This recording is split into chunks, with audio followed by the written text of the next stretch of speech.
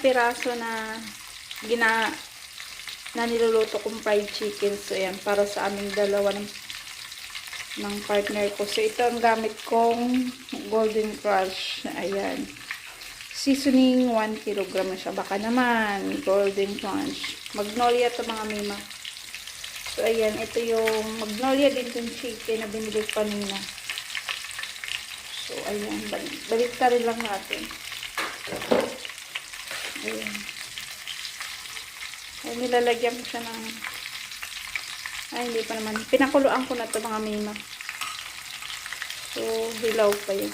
Balik ka rin lang natin.